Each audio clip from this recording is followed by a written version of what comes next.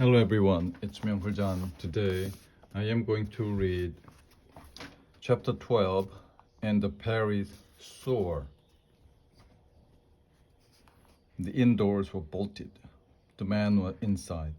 They would finish the fight from there. The soldiers were climbing the barricade. I lifted Marius on my back. There was so little time, but how could we get away? The streets were blocked at every turn. Soldiers were posted on every street. Only a bird could fly from this trap. I ran down the alley where earlier I had taken Javert. Years ago I had run from him with Cosette. Now I was running again. The time I had found a way to escape by going up. I couldn't do that this time. I looked underground. If only the earth would open up and swallow us. At any moment a soldier would think to check this alley. We would be caught and killed. My eyes searched everywhere for a way out. Then I saw it, the iron grate at the edge of the road. It was half hidden by the paving stones. I laid Marius on the ground. The grate was about 2 feet square. It was just big enough for me to crawl down and pull Marius through. Soon Marius and I were on the ground. I replaced the grate. In seconds, we had gone from midday to midnight. The clamor of battle was now a mumble above our heads. We were in the Paris sewer. The channel was narrow. I could touch both walls at the same time. The floor was wet under my feet. A foul stench hung in the air. Slowly my eyes got used to the dark. We were under the heart of the city. There were 2 passages in front of me. One passage would lead to the country. The other would lead toward the Seine River and death. There was light to the left, but I chose the right. The darkest part of the sewer, it went uphill, and I hoped away from the city. Then Marius' arms were around my neck. His feet dragged behind. I held both his arms with one hand, using my other hand to follow the wall. Yesterday's rain lay in the center of the channels. I stayed close to the wall, so I wasn't in water. I walked slowly like a creature of the night. I walked knowing there were pits in the sewer and we could be swallowed up any moment. I walked knowing each step could be my last. Questions raced through my mind. Would I find a way out in time? Would Marius bleed to death? Would I wander the sewer until I starved to death? I couldn't stop the questions. Then the ground changed. We were walking downhill now. The stream washed around the heels of my shoes, not just the toes. Perhaps we were heading toward the Seine.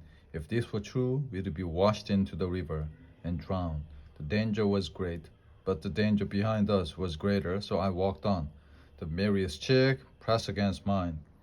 His breathing was faint. We finally came to the end of the channel. There was a grate above my head. I put Marius down, looked through his pockets, found a slip of paper in his wallet. Marius had written, "My name is Marius. Upon mercy, my body is to be taken to the house of my grandfather, Monsieur de Gillenormand." The address followed. Now I knew where I would take Marius once I removed the grate. I could see the early evening sky through the iron bars. But this grate was different from the other one. It was bolted. Only a key would open it. We had come to a dead end. I was exhausted. I didn't have the strength to turn back. Marius was near death. Suddenly I felt a hand on my shoulder. "We'll go halves," said a low voice.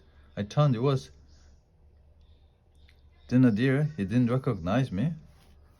I stood in the shadows, and there was blood on my face. "How are you going to get out?" Thénardier went on. "You have no way of unlocking the grate, but you have got to get away from here."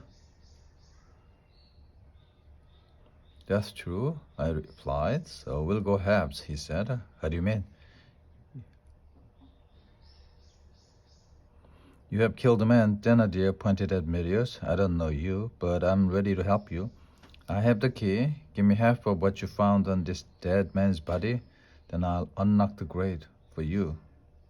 I couldn't believe it. Escape was in the hands of the wicked Thénardier, My good angel, what an evil disguise. I'll give you this rope, he continued. You can tie a stone to it and drown the body in the river, so let's settle up. Here's the key. Where's the money? I had 30 francs in my waistcoat pocket. It was nothing. Spread the coins on a ledge in the wall. You didn't care for much, said Thénardier. Then he searched the Marius' pocket. It's true, he said. There is no more money. I guess you better go out. It's like a fare. You pay when you leave. You have paid, so you can leave. He laughed. Then he bent to help me, put Marius on my back. He put the key to the bolt. The bolt slid back and the grate opened without a sound. I walked into the cool night air. Thénardier bolted the grate behind me. At last I was outside. I laid Marius on the nearby riverbank. The darkness, stench, and horror were behind me. I was washing my hands, my face in the river, when I sensed that someone standing behind me. I turned. The tall man behind me wore a long coat. He held a policeman's stick in one hand. In the half-light, I saw who it was. Javert. Javert didn't recognize me. He gripped his stick and stared. Who are you? He asked calmly. Myself, I replied. And who is that? Jean Valjean. Javert put the stick between his teeth. He clapped a hand on my shoulder and leaned forward. Our faces nearly touched. He saw it was me. He had chased the Thénardier to the sword, but he had gone after a mouse and caught a lion. Inspector Javert, you've got me. I'm your prisoner. Just grant me one thing. Help me take this man home. He needs a doctor. Inspector Javert called for his carriage. His face was hard like stone. By the time he reached Marius' grandfather's house, it was late in the evening. Everyone was asleep. The keeper let us in. There's still life in him, I said, and laid the wounded young man on the couch. I joined Javert in the buggy, but there was one more thing I needed to do. I asked him for one more favor. Let me go home for a minute. After that, you can do what you like with me, I said.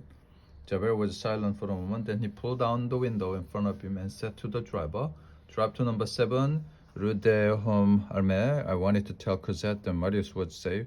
I wanted to tell her where I kept my money.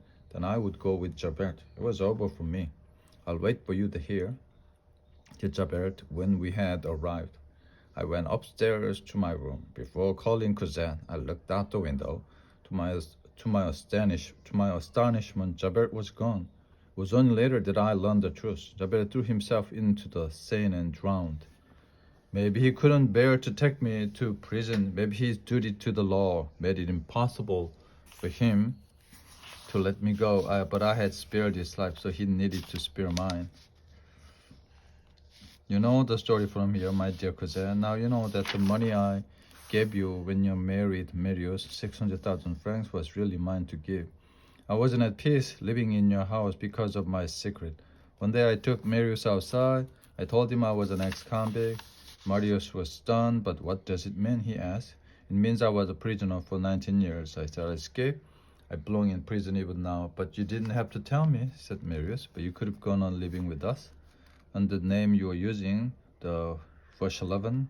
I once stole a loaf of bread to stay alive, but now I cannot steal a name in order to go on living. How would it be if somebody were all out together and the police recognized me and took me away? What would Cosette think? No, it's better this way." But I made Marius promise not to tell you.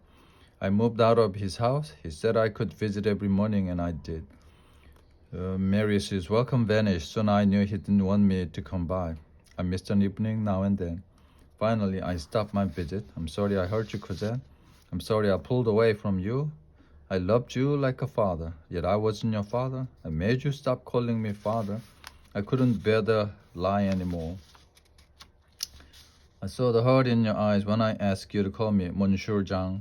Marius thinks I stole the money. Now you can tell him the truth. I was an outcast all my life.